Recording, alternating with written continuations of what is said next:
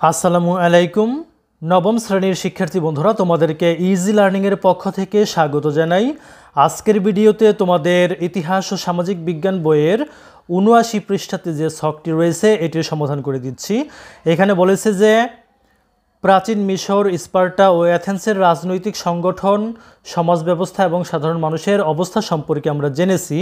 উপরের পাঠের আলোকে এই তিনটি স্থানের মানুষের রাজনৈতিক জীবনধারার প্রধান বৈশিষ্ট্যগুলো তুলে ধরে নিচের ছকটি পূরণ করি।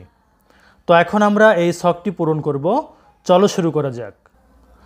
আমরা ছকটি পূরণ করে নিয়েছি। এখানে লক্ষ্য করো, মিশর, স্পার্টা, অ্যাথেন্স এগুলোর বৈশিষ্ট্য আমরা লিখেছি। প্রথমত, রাজতন্ত্র বিদ্যমান ছিল। স্পার্টার ক্ষেত্রে রাজতন্ত্র বিদ্যমান ছিল। অ্যাথেন্সের ক্ষেত্রে একটু ভিন্ন ছিল, যে শুরুতে রাজতন্ত্র ছিল কিন্তু পরে জনগণের অংশগ্রহণমূলক শাসন ব্যবস্থা চালু ছিল।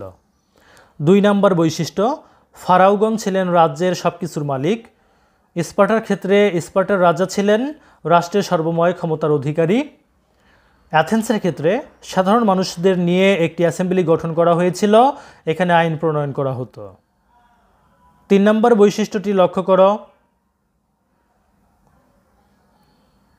৩ নম্বর বৈশিষ্ট্যে আমরা লিখেছি যে ফারাওদের হুকুমই ছিল আইন।